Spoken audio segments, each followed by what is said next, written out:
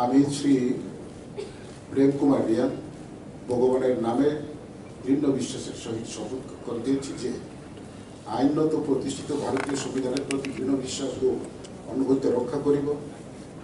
আমি ভারতের সার্বভৌমত্ব ও অখণ্ডতা রক্ষা করিব।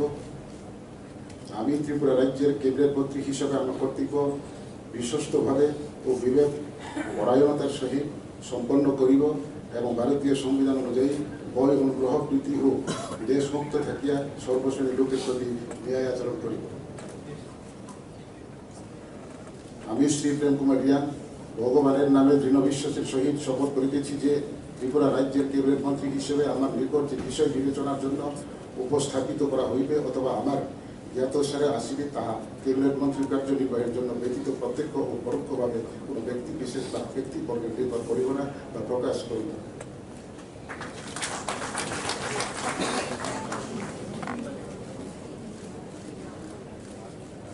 মন্ত্রী পদে আজ শপথ নিয়েছেন, প্রাথমিক প্রতিক্রিয়া কেমন লাগছে স্যার? কেমন লাগছে স্যার? কেমন লাগছে স্যার? ভালোই লাগছে। কি পরিকল্পনা রয়েছে স্যার? পরিকল্পনা সরকার যা পরিকল্পনা হাতে নিয়েছে সেটা সরকার কেমন কাজ করেছে 4 বছরে? ভালোই কাজ করছে। আর কি কাজ করবে? রাজ্যবাসীর উদ্দেশ্যে কি বলবে? হ্যাঁ, এখন হ্যাঁ স্যার রাজ্যবাসীর উদ্দেশ্যে কি বলবে? রাজ্যবাসীর উদ্দেশ্যে উন্নয়নের কাজ করা এটাই আমাদের লক্ষ্য। স্যার 10 মাস রয়েছে হাতে, কিভাবে কাজ করবে?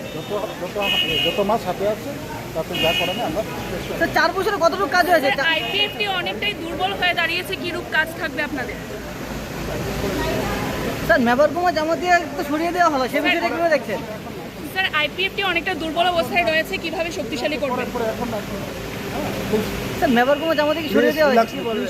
স্যার